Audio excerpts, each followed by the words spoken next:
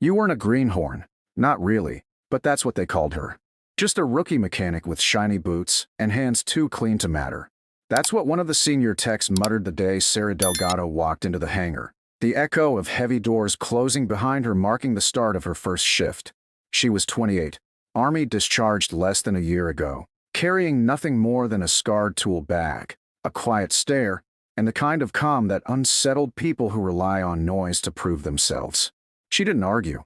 She didn't fire back with her resume or the campaigns she had survived overseas. She just looked at the hulking line of transports and armored carriers parked under the flickering lights, machines asleep, waiting for hands willing to coax them awake. If you believe that respect should be earned through action, not assumptions, like and subscribe, because Sarah's story shows exactly what happens when the underestimated are finally given a chance to show the impossible. The jokes began before she even set her bag down. "Careful, Delgado," one of the older mechanics called across the bay. "Don't chip a nail on the wrench."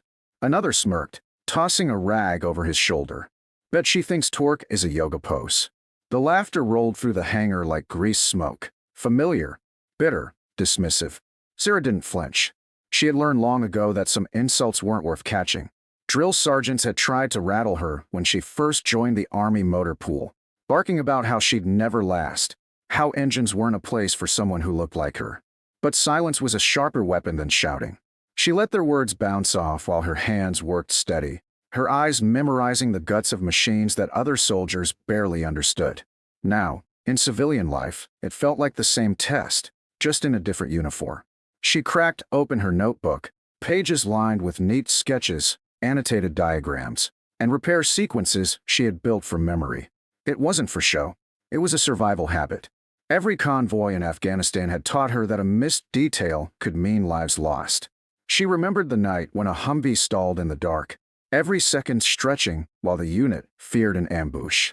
She had crawled beneath that vehicle with tracer rounds still burning in the distance, patching the fuel line with nothing more than tape, wire, and sheer audacity. She never told that story to the men in the hangar. She doubted they would believe it. Instead, she started small, checking tools, laying them out with precision, wiping down surfaces others left grimy. They saw busy work. She saw ritual, discipline that kept her mind steady. And when the engines roared awake under her hands, she didn't smile, didn't brag. She just noted the subtle vibrations, the irregularities, the way metal whispered when something was close to breaking. That was what they didn't understand. Machines talked, and she had spent years learning how to listen. But silence, though powerful, has a cost. Every morning she walked in before the others, unlocking her bench while the coffee pot hissed to life. And every morning she absorbed the same cycle: mockery, dismissal, her quiet persistence. They called her Greenhorn, so often it became a second name, shouted across the bay, scrawled on the break room whiteboard in crooked letters. She let it stick because names weren't the fight she was here to win. Her fight would come when the work demanded something more than jokes and swagger. She had glimpses of it in their mistakes. A bolt half-tightened on a carrier's suspension. A cracked spider webbing along a gear that no one noticed. The others shrugged these things off as wear and tear. Good enough for drill work. But Sarah had learned there is no such thing as good enough when weight and velocity conspire to kill the careless. She wrote everything down in her notebook, lines of observations, dates, even which mechanic had signed off on the oversight. Not to expose them, not yet, but to prepare. She knew the day was coming when those details would matter more than anyone wanted to admit. At night, in her apartment, she laid the notebook open on the small kitchen table. Beside it sat a faded photograph of her old unit. Men and women in dust-stained uniforms, standing half in shadow, half in light. Some still alive, some gone, all of them part of her story. They had called her Doc for engines, trusting her with their lives when machines failed at the worst moments. She would run her thumb along the photo's edge, remembering the weight of their faith, and remind herself that the hangar insults meant nothing compared to the silence of those no longer here. Respect wasn't a word. It was a responsibility. Still, the days stretched heavy. Her supervisors never praised, only ordered. Her co-workers never asked, only mocked. Even the young apprentices mirrored the older men, laughing along to stay safe in the pack. And Sarah, despite every instinct honed in war, had to fight the quiet ache of being invisible in a place that desperately needed her eyes. One Friday afternoon, while the others debated football scores and polished off lukewarm pizza, Sarah crouched by a stubborn transport whose hydraulic system kept stalling. She traced the lines, fingers steady, eyes narrowed. She found the culprit, an air bubble in the fluid line, something so simple it should have been obvious, but overlooked in the rush to clock out. She bled the line, topped the fluid, and restarted the system. The transport lifted clean and smooth, hissing like a beast relieved of pain. She logged the repair, signed it off with her initials, and went home without a word. Monday morning, the supervisor announced that the team had resolved the issue. No mention of her. She didn't correct him. She didn't need the credit yet. But that weekend proved something to her. These men, loud, seasoned, cocky, were vulnerable. They missed things. They trusted routine too much. And one day, their neglect would collide with reality in a way that couldn't be brushed off. She prayed it wouldn't cost lives. But deep down, she knew it would take disaster to open their eyes. By the third month, she had become part of the background. They expected her silence. They counted on her not to speak up. They even joked about it. Delgado's here to watch and take notes again. What they didn't realize was that observation is power. A mechanic who listens learns the machine better than one who hammers it into obedience. She was waiting, patiently, for the moment when listening would matter more than noise. And that moment was already approaching, closer than any of them could imagine. It started with a notice pinned to the hangar bulletin board. Joint readiness drill. Full convoy simulation. All hands required. The words sparked chatter, excitement, and nervous energy. It was the kind of drill that tested not just machines, but the people who maintained them. Every transport, every armored carrier had to be flawless. Any failure would stall the convoy and expose weaknesses leadership would not forgive. Sarah watched the men slap each other on the back, confident, already joking about the long day ahead. But she felt a cold knot in her stomach. She had seen how careless they were. She had seen the missed bolts, the hairline cracks, the ignored hydraulics. And she knew, with the kind of certainty born in the field, that something would fail. That night, back in her apartment, she opened her notebook again. She flipped through the pages, scanning every observation she had logged in quiet frustration. There it was, the same transport she had fixed weeks ago, the one with the weak hydraulic system. The others had declared it good as new. But Sarah knew better. The fix had been temporary, a patch on a deeper weakness in the line.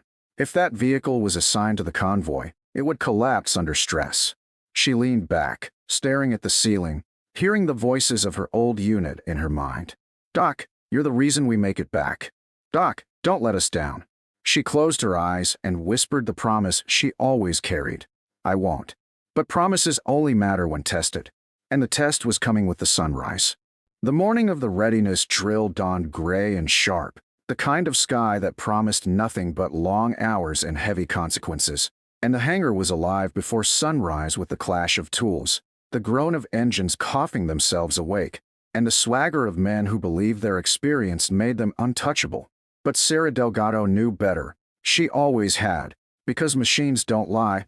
They whisper their truths to the ones who listen. And she had been listening for weeks, scribbling notes on hairline cracks and weakened hydraulics while the others drowned her silence with laughter. And now all those warnings pressed on her chest like weight as the convoy lined up under the pale morning light.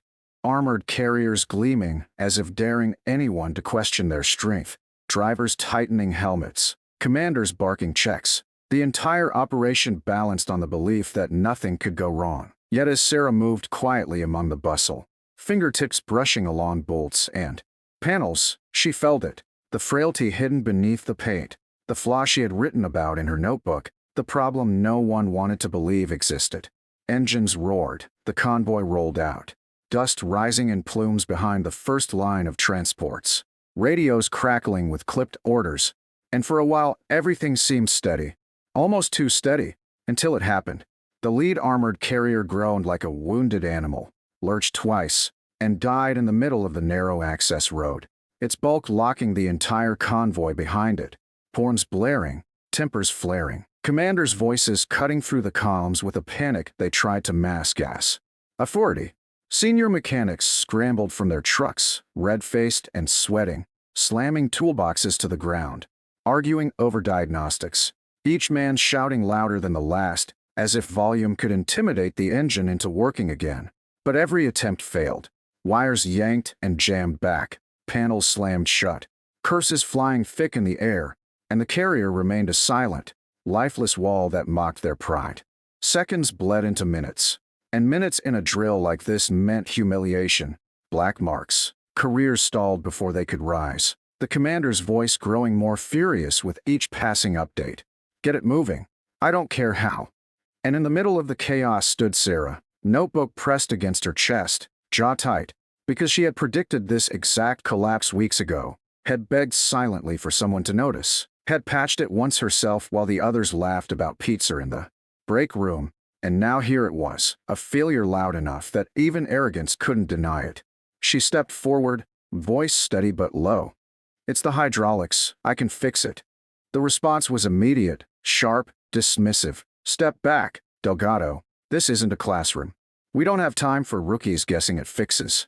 Laughter, even now, because some men would rather fail than be saved by the person they mocked. But Sarah didn't retreat. She dropped to her knees, slid beneath the stalled carrier, and in that moment the jeers faded, replaced by the muffled sound of her tools striking metal, because she had done this before. Not here, not in drills, but in dust-choked deserts where tracer rounds burned overhead, patching fuel lines by flashlight, improvising under fire, knowing that one wrong move meant coffins, not bruised egos, and her hands worked with the same calm urgency now, moving over valves and tubing, eyes tracing the hydraulic system like a roadmap etched into her memory. The line had ruptured, pressure bleeding out like lifeblood, but she tore into the repair truck spares, scavenging clamps, rerouting flow with a length of tubing too short to be standard but long enough in her hands, engineering a bypass with speed that didn't look rushed, only precise, every turn of the wrench deliberate, every second chosen, and above her, the older mechanics barked about procedure. But their voices had lost conviction, because deep down they knew they were out of their depth. 7 minutes. That's all it took. She crawled back out, grease smeared across her jawline, eyes hard with certainty, and she said only 2 words, started.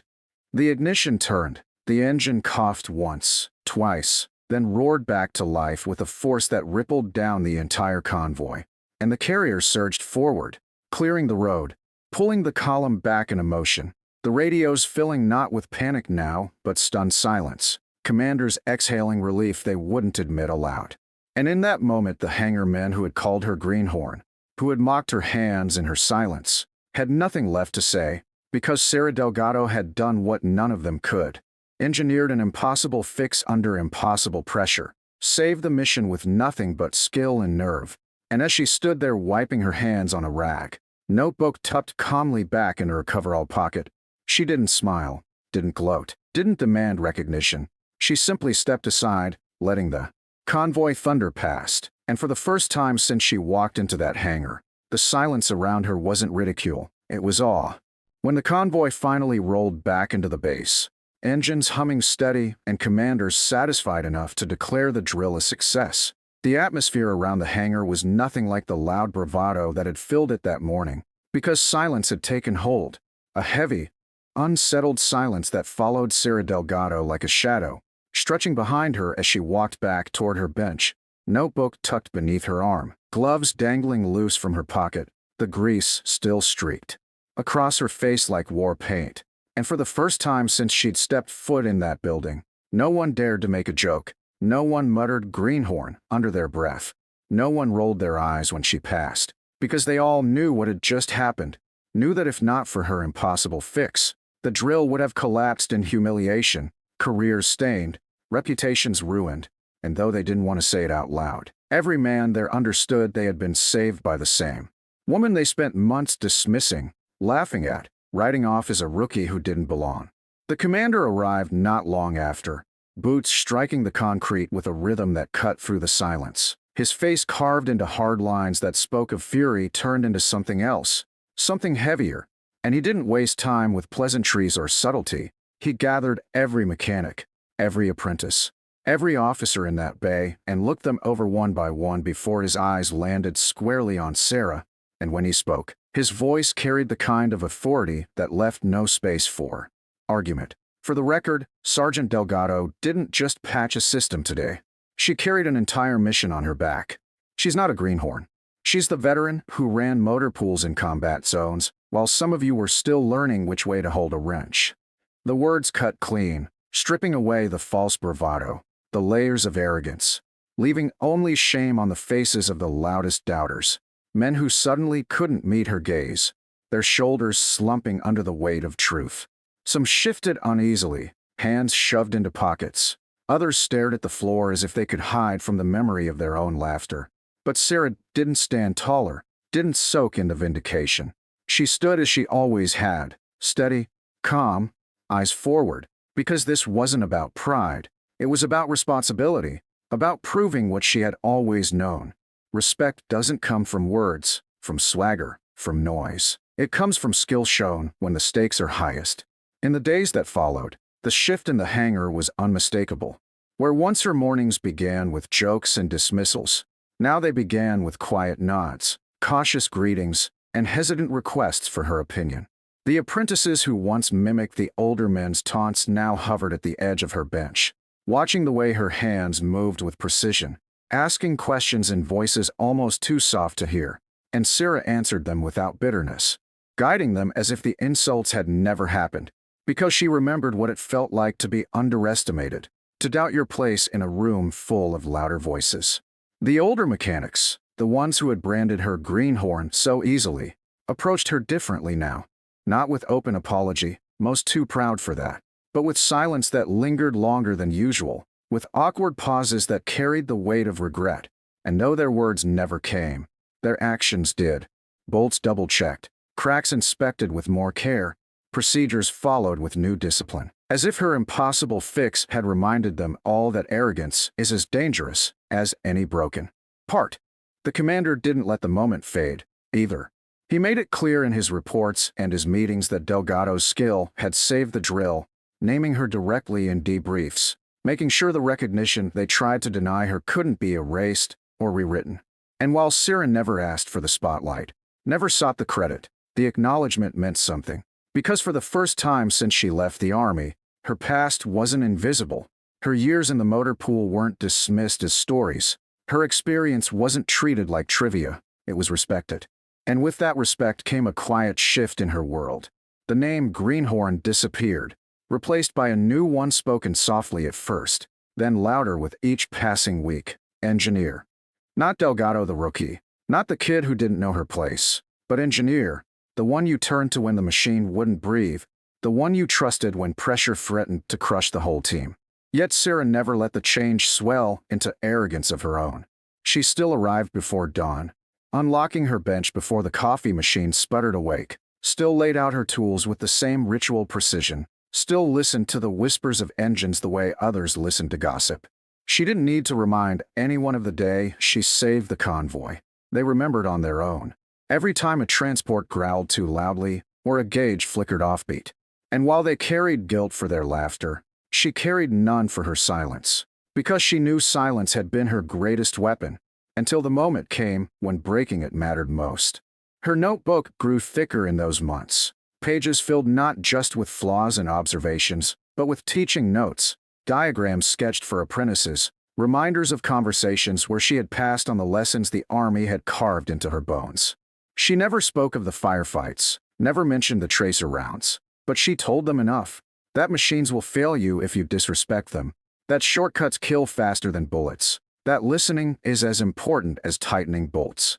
And the young ones listened, because they had seen the proof with their own eyes, had watched her crawl out from under an armored carrier with grease across her face and authority in her voice, had seen the impossible bend beneath her hands.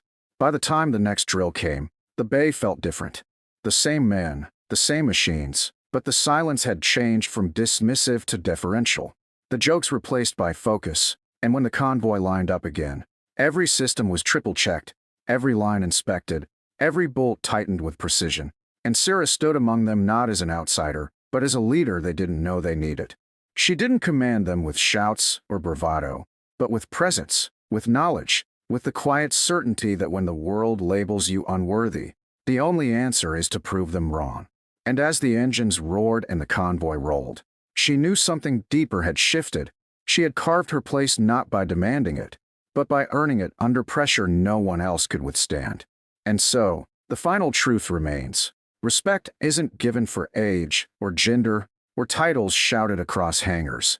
It is forged in the crucible of moments when failure looms and courage steps forward. Sarah Delgado had been labeled a greenhorn, dismissed as a rookie, laughed at by men who thought they knew better, but when the test came, she engineered the impossible fix that saved them all.